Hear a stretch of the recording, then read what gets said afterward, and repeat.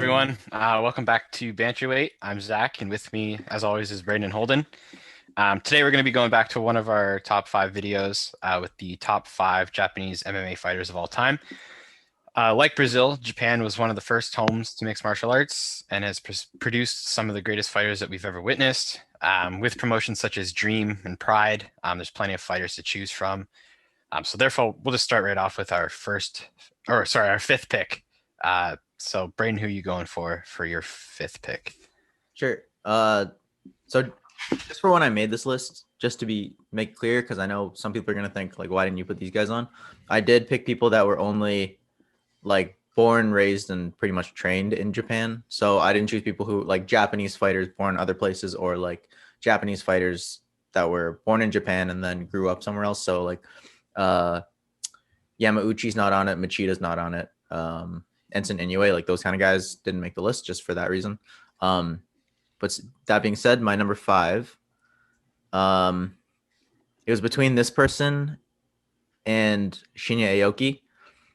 And the only reason I put this person instead of Shinya Aoki is because I'm assuming we're going to get to Shinya on one of your guys' lists. I don't know, maybe.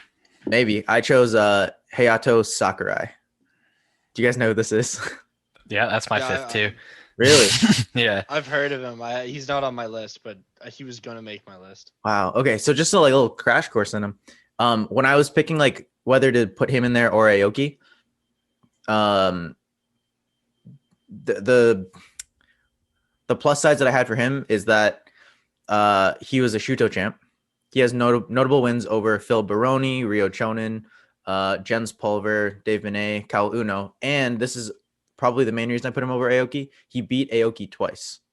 And when it was that close, like I feel like that has some weight. He finished with a record of 38-13. And you know, like he didn't have like the greatest record, and these names aren't necessarily these massive names in the overall history of MMA, but for the time, that's very, very massive, especially for the Japanese fighters. So yeah, he's my number five. Yeah, he was going to be mine too. Just to add to your point, I think he was one of the pioneers who kind of first started mixed attacking in MMA. So with the use of like judo throws, ground and pound, he threw a lot of leg kicks as well. And not to mention, he did beat a prime Jens Pulver. I think Jens Pulver record at the time of him fighting was like 19-5 or something. So yeah, I agree with you there. Holden? Yeah, I think that's a good pick. That would definitely have to be an honorable mention for me. I put Kid Yamamoto as my number five. I don't think he had the greatest, well, I'm trying to find the right way to say this because I think he had an incredible career, and then I think he went to the UFC pretty late in his career, which unfortunately, and then he went up against Demetrius Johnson and fought some level of competition that maybe at that stage in his career that he wasn't up against. But this is a guy that defeated Royler Gracie. This is a guy that defeated Cal Uno. And I don't know why there's always this myth surrounding like Japanese fighters, especially smaller Japanese fighters, that they weren't they weren't like the strongest or the hardest hitting guys. This is a guy that was able to rack up a bunch of knockouts while also being a very well-rounded fighter. He has a bunch of K1 victories, and I thought he did really well pre-UFC. So that's why he makes my number five, because I didn't see him having much success in the much success in the UFC. Freudian slip there. And it's definitely unfortunate. It's definitely unfortunate about his passing due to cancer. So I think he's a legend of the sport and definitely a legend for Japanese MMA. Yeah. Continuing on that, going to the fourth pick, Kid Yamamoto actually was my fourth pick. Like everything you said, I thought it was insane that he was a bantamweight standing at 5'4". And the time frame that he was fighting when he first started, the smaller weight classes weren't necessarily very prominent. They didn't have many high class, not necessarily high class, but notable fighters. The weight class that you had to fight at if you wanted to fight the elite would be the lightweight.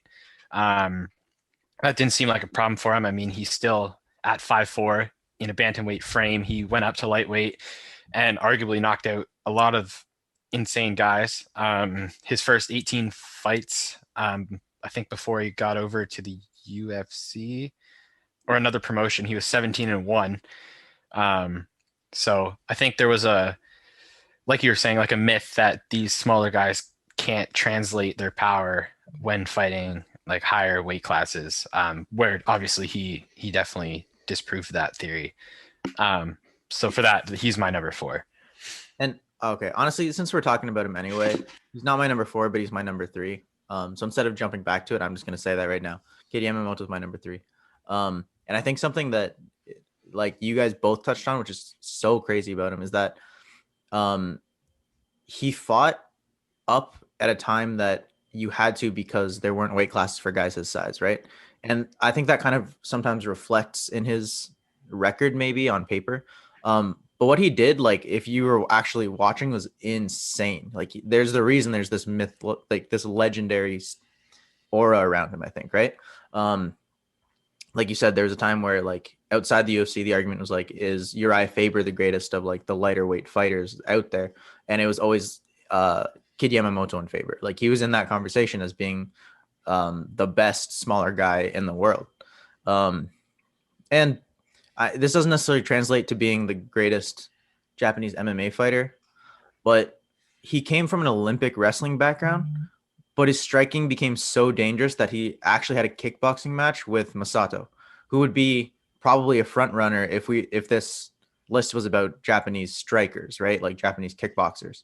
Mm-hmm. And the fact that Kid Yamamoto fought him in kickboxing and was competitive, and not coming from a striking background, that just shows how well-rounded he was, especially for the time. Yeah, he's insane. So who's your 4th then? My number 4 is Megumi Fuji.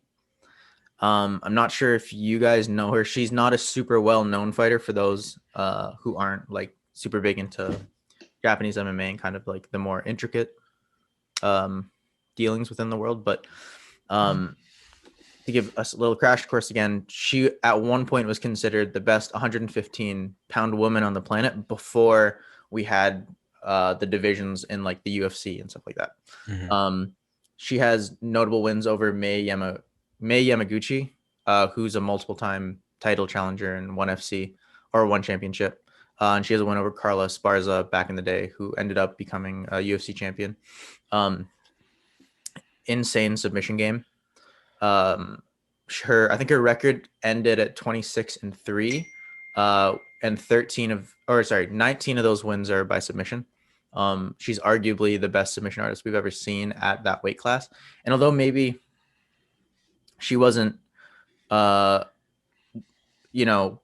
necessarily the greatest in terms of, if you look at the whole world of MMA at any point, the fact that she was very much arguably the best 115-pound woman on the planet, I think gives her a lot of points to be on this list. Yeah. Holden?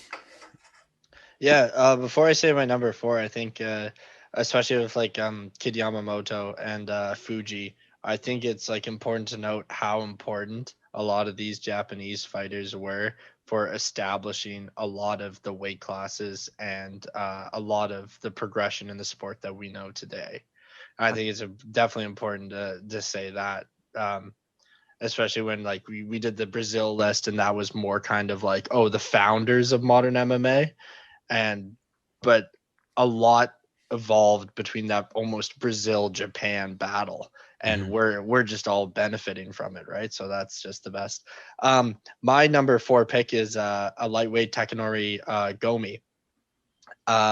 He had a 10-fight unbeaten streak in Pride, and a kind of something we'll see, like a repetitive theme on my list is these guys are good outside of the UFC. I don't have a lot of guys on my list that were, UFC champions, UFC killers. But Gomi there was a time in the world, Brandon and I have talked about this recently, there was a time in the world where it was BJ Penn or Takanori Gomi, and one of those guys was the best lightweight in the world, right? And they were both doing hard work, and BJ Penn won by rear naked choke in their fight. But like this is he was a guy that really established for the lighter weight classes outside of the UFC. And I think his winning streak in Pride, I think it was from 2004 to 2006, is a pretty incredible thing to have under your belt. There's only a few other guys that have done that in Pride, right? So Yeah, I agree. Actually, my number 3 is Takanori Gomi. So we see a trend going on here. But yeah, I definitely agree with almost everything I had put down. You basically just said. So it's a short number 3, but yeah, I mean, Takanori Gomi is number 3 for me. And I guess we already answered for you, Braden, who your number 3 is, right? So I guess we'll just move right on to number 2 then. So Braden, you can. Well, I need my number 3. Oh. So my number 3, I have a feeling Braden's going to disagree with it as I say it. I think this guy will be the greatest Japanese fighter of all time. I think right now he's not, but I think he will be, and that is Kyoji Horiguchi. I personally think that he needs to avenge his loss to DJ.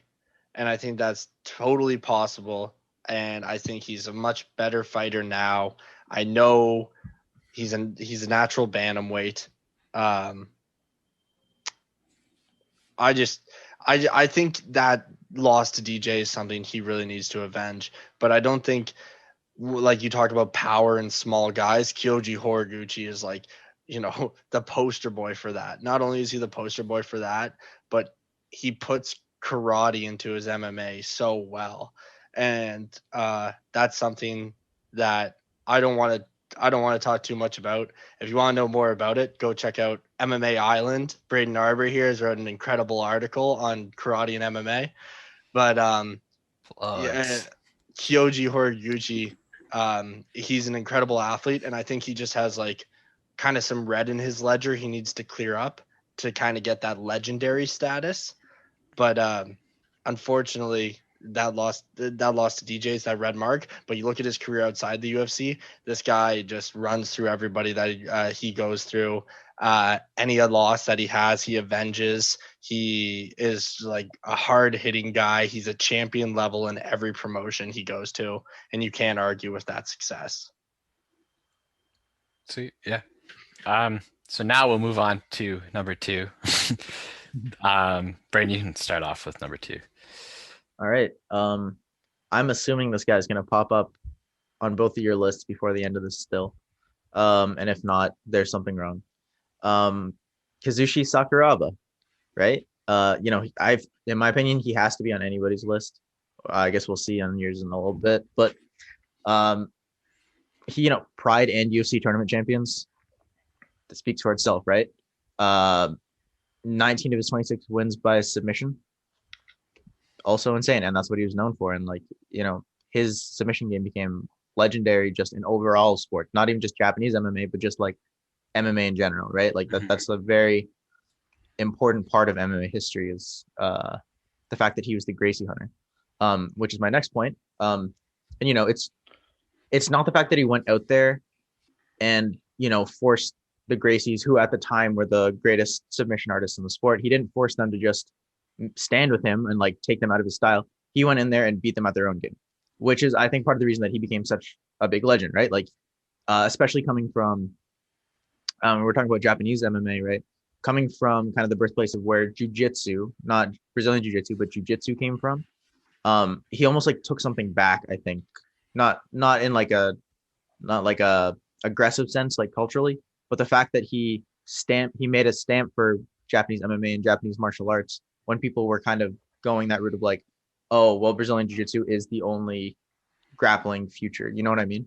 And then what else can you say? He has notable wins over Ken Shamrock, Kevin Randleman, Rampage Jackson, Hyan, Hoyler, and Hoist, and Henzo Gracie, Vitor Belfort, and Carlos Newton, right? That's as insane a list of wins as you could probably find in most records, right? Mm-hmm. And I think another theme on all these lists are we're seeing a bunch of Japanese fighters who took the risk of fighting at weight classes they shouldn't really have been fighting in.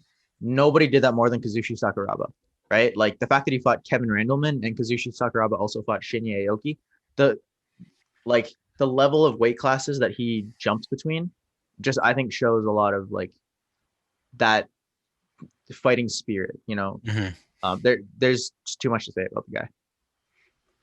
Yeah. Yeah. Holden? My number two is Kazushi Sakuraba. Braden touched on basically everything. The only thing I'd like to like reiterate is that kind of when the Gracies came in, everybody was like, "Oh my gosh, like nobody can, stand up to this Brazilian jiu-jitsu. Nobody can kind of."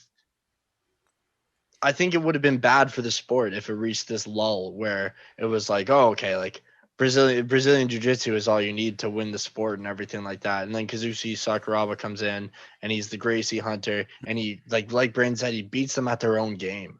And like I just it was incredible. It showed that there is an answer to everything in this sport, even guys that look unbeatable. And I think he's a legend for that. He's a legend for he's a legend for that, and he's a legend for his wrist control. It's incredible how much we learned in martial arts from Sakuraba with what he did in the sport. And I think the sport has to be universally grateful for everything he's brought to it. Mm-hmm. Yeah. I actually didn't go with Sakuraba for number 2. But I did go with Shinya Aoki. So Shinya Aoki, he started his pro fighting career 18 years ago. Eventually ventured over to Shuto. And I mean, he's continued to look impressive throughout his whole career. There's not been a period of time where he has like stacked up a lot of losses, like some of the other people mentioned on the list. He's still 37 and he's looking as good as he did 10 years ago. He's fighting in one championship now. He's been champ there twice, I do believe. His record's 46-9. He's fought for a variety of different Japanese organizations. Like I mentioned, Deep, Shuto, Pride, Dream, One, Ryzen, almost every single one out there. And I mean, he's just insane grappling. And like I said, he's never looked bad, I guess you could say. He's got 3rd Dan black belt in judo, black belt in BJJ, A-class shoot wrestler. So yeah, I think he's number 2, mainly because he's been dominant for almost 20 years now. He has racked up only 9 losses, but I mean, when you've fought as much as he has, especially with 46 wins, it definitely says something positive about his fighting style and him as a human being, I guess, or fighter. So yeah, Shinya Aoki is number 2 for me. So for the finale, I will go to number 1. We'll see what Braden has. All right. My number 1 has already been touched on in Holden's list, I believe. Kyoji Horiguchi. 100% agree that. Well, I don't think that DJ is necessarily like a stain on his record or anything like that. I would love to see that rematch and get that see Kyoji avenge that loss. But I do think you got to take into account that he only has 3 losses. He avenged one of them, which was a Sakura. DJ, I think it was like you said early in his career, earlier than it needed to be in his career. Nobody's fault the fact that the division was pretty light at that point and they needed a contender. But it is reflected on his record, right? And then the only other loss is like very, very early in his career, like just starting out. It might have been like his 2nd or 3rd fight or something like that.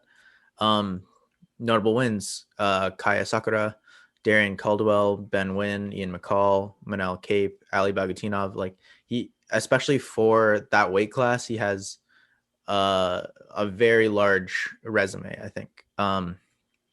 Shuto champ, UFC challenger, and the fact that he's the only simultaneous Bellator and Ryzen champ in an era now where we don't really see multi-organization champions. especially in the big organizations, especially in MMA. Happens in boxing. I don't really know if it really happened between UFC and Pride, but it's something you don't really see in MMA, and yet Kyoji Horiguchi was the guy that did it.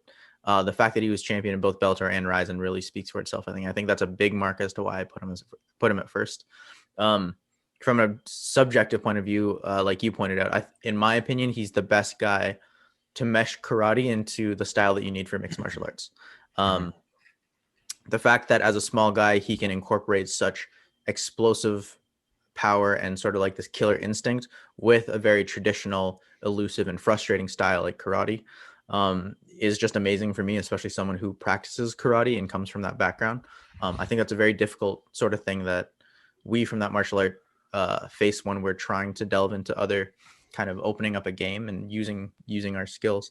And in my opinion, and this has kind of shown up on other people on my list, if you're arguably the best person in the world of that weight class, and I know people won't necessarily agree with this, but I think Kyoji is probably arguably the best 125er.